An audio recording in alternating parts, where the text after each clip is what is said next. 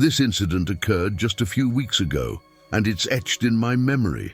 I'm a 20-year-old who recently relocated to a petite apartment complex a few miles away from my parents' residence. Living independently was a novel experience for me, as I hadn't done it before. The apartment complex had 3 levels and consisted of 6 units.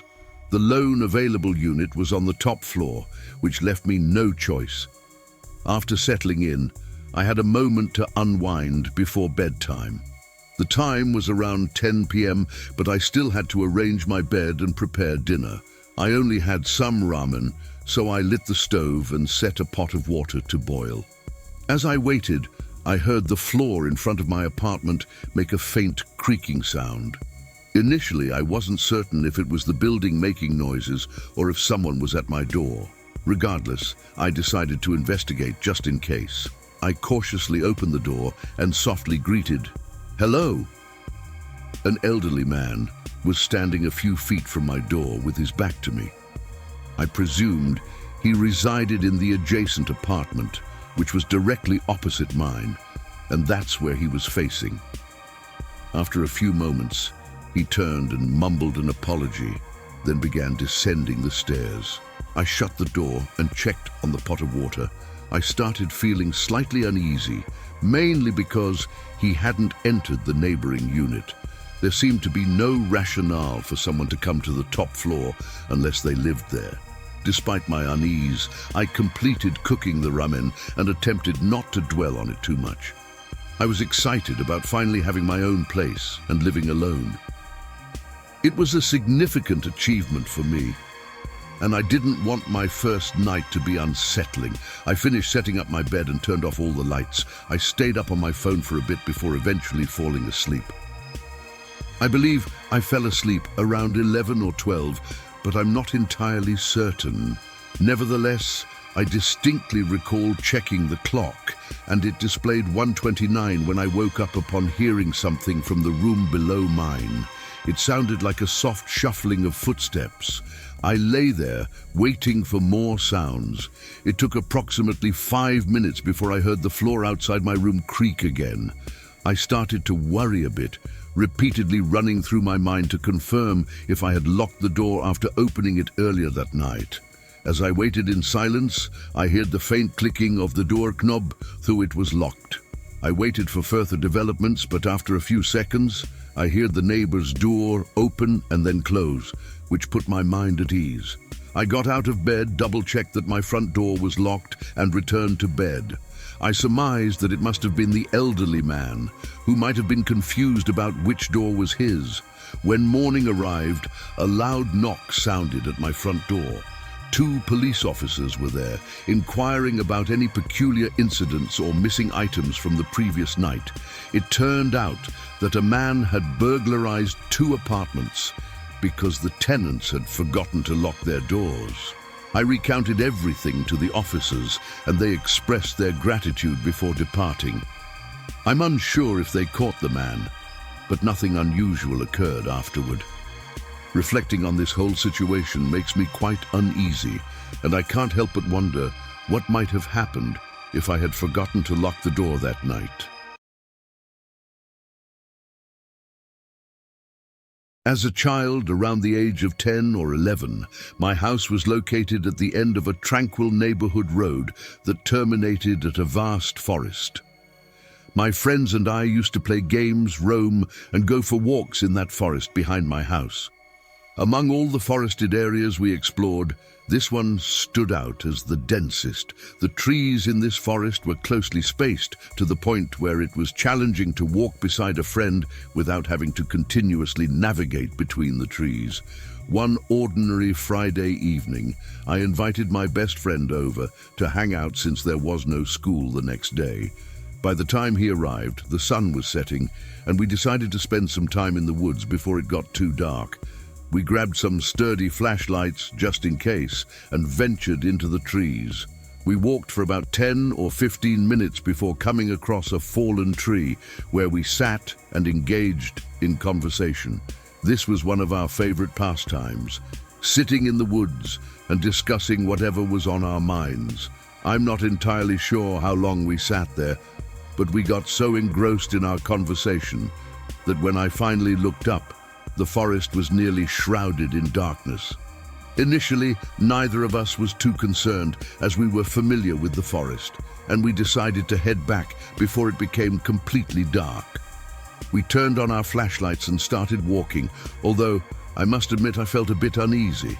The forest was eerily silent, except for the sound of leaves crunching beneath our footsteps, and the dense trees limited our visibility to just a few feet ahead. After a few minutes of walking, we both suddenly stopped upon hearing the very distinct sound of someone walking slowly through the leaves just ahead of us. They must have been behind some trees, about 15 to 20 feet in front of us. I couldn't help but wonder why someone would be taking a solitary stroll in the woods at night. We attempted to remain composed, but just as we thought the person was moving farther away, the footsteps ceased. My friend and I froze, exchanging fearful and puzzled glances. Suddenly, everything fell completely silent, and in a split second I felt a rush of impending danger. Shortly afterward, I heard the sound of leaves crunching just a few feet behind us. My instincts kicked in, and I sprinted in the direction of my house. As I ran, my shoulders repeatedly bumped into the trees, making navigation challenging in the dim light. I could hear footsteps crunching leaves behind me, and though I hoped it was my friend, I was too terrified to look back. After around 30 seconds of running, I heard the footsteps take a sharp turn to the right, fading into the distance. This intensified my fear that the footsteps were not my friend's, and I grew anxious about his whereabouts and safety.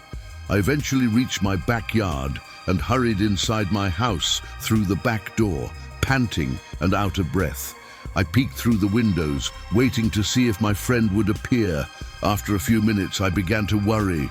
My parents, alarmed by my panicked expression, came downstairs and asked if I was okay. As I recounted everything, the doorbell rang at the front of our house. My dad hesitantly opened the door, and my friend burst inside. He explained that after I ran, he had frozen in place, unsure of what to do. He had heard 2 sets of footprints following me and decided to head towards my house after a few minutes. My parents called the police to report the incident, but nothing ever came of it. My friend and I still discussed that night, coming up with new theories about what truly happened. Part of me wishes I had looked back to see who was chasing me, but in that dark,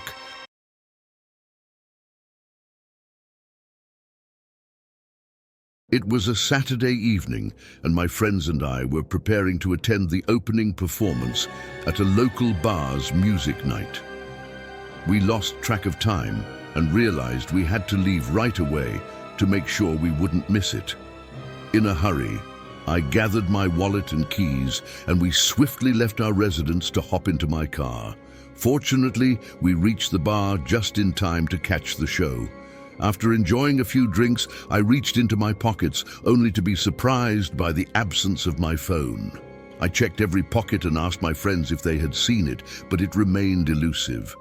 We conducted a thorough search of the bar, scanning all the tables and areas where we had been, but our efforts were in vain. Frustrated, I decided to call my phone using one of my friend's phones. After just 2 rings, someone picked up the call.